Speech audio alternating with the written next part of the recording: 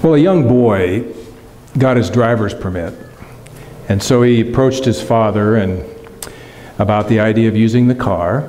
And of course his father said, well, I have to consider that. I said, what I would like you to do is I'd like you to get your grades up from a C to a B, and I'd like you to read the Bible a little more, and I'd also like it if you'd cut your hair.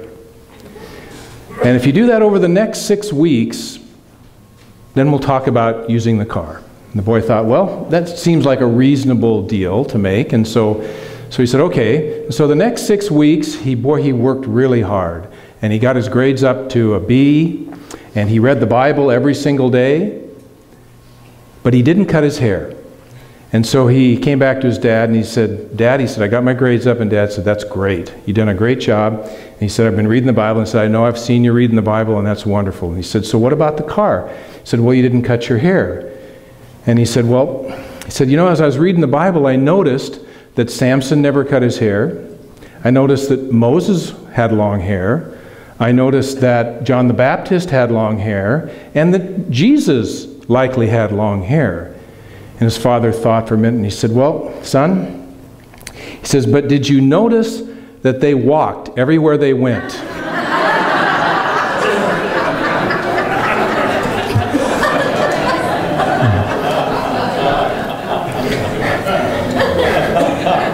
You know, I have come in my life journey and experience to expect that the unexpected is in front of me, that there's no way that I can know what's around the next corner, that I can never know what's really up in my daily life. I can think I do. I can get up in the morning and say, well, this is my schedule, and this is what I'm going to do today. But how many of our schedules actually unfold in the way that we expect them to? Occasionally they do, but most of the time there are diversions and changes and directions we have to make and decisions we have to encounter and all the kinds of experiences that show up in our daily life. And we may think we have a handle on things, but the truth is that the only thing that we can really know for sure, and that is our intention.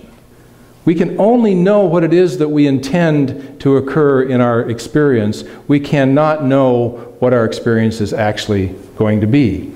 And it's interesting that my life changed, my experience changed when I reached a point in my life when I decided that it isn't mine to know. That really life is the way in which it shows up in my experience. Life is a mystery. It is truly a mystery, and I'm a detective.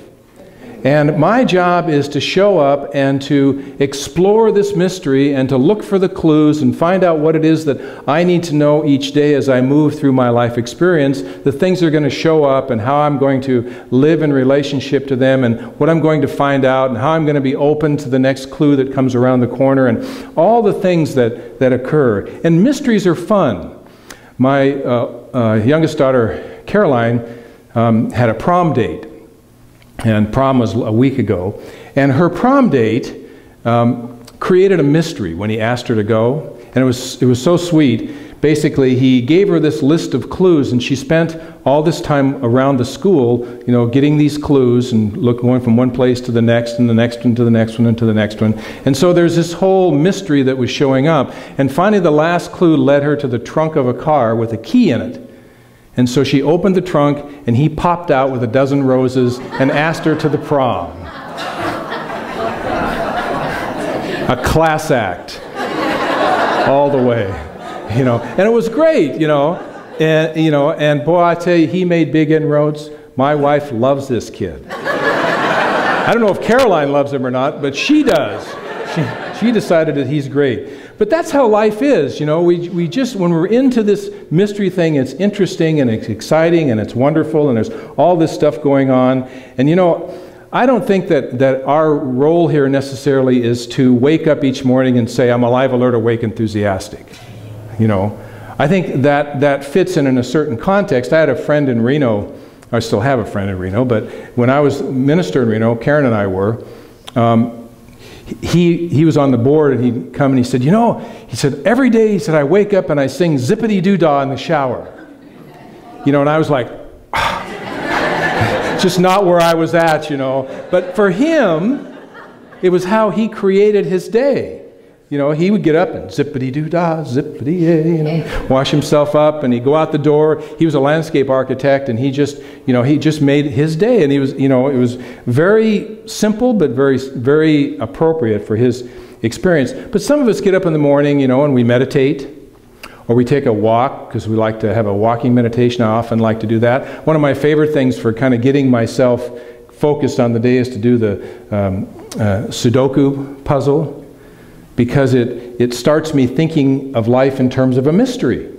It sort of gets my mind in that place as I kind of work through that puzzle. I especially like the 5-star ones, you know. I finished the one this morning, and it just felt so good. I felt so good after I finished it, you know, because I had solved this mystery in the moment. And so it gets me into that space. So we all have our ways in which we engage our life, and whatever they are, whatever works for you is part of that mystery. It's asking the question, how can I get up and show up in a way that I can make a difference? So the whole process is that every day is an opportunity. Every day is an opportunity to contribute to the creation of life and to discover the mystery in which we are living. Because we are living in a mystery.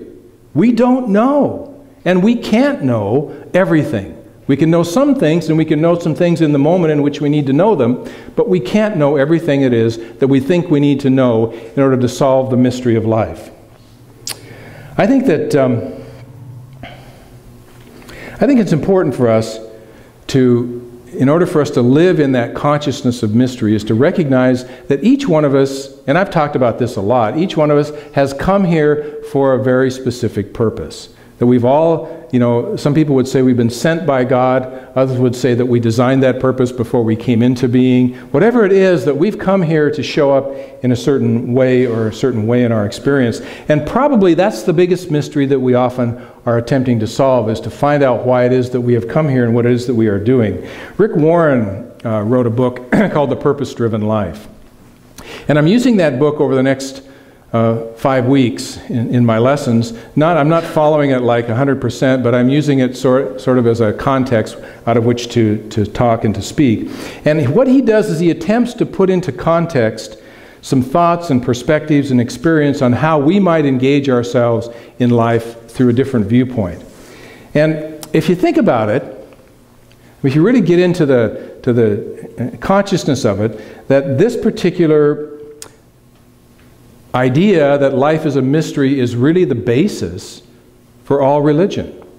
That religion is really formed out of the not knowing, isn't it? I mean, it's because we don't know that we often show up wanting to know. And some believe the purpose of religion is to answer the great questions of life. And often religious organizations show up that way, seeking to answer the questions. But I want to tell you that I don't believe that's why Unity's here. I don't think Unity is here, or I'm here as a representative or a part of Unity, to answer the great questions of life. I think religion is more about asking the great questions of life together. I think it's more about us asking those questions and then living together through the discoveries that each of us has to make within our own consciousness about how life is to show up for us in our experience. So we cannot answer the question, we can only ask the question. And then allow that answer to unfold in the context of our own consciousness and our own journey and our own organization and our own experience. And as we discover those things together, then we are in the process of exploring this great mystery of life together, with support and with help and with a consciousness. So, have you ever thought that your purpose in life is not about you? That your purpose in life is not about you? That all of your achievements, your comfort, your security, your well-being, your degrees, your goals, your healing, your self-worth, your dreams, all those things are not about you?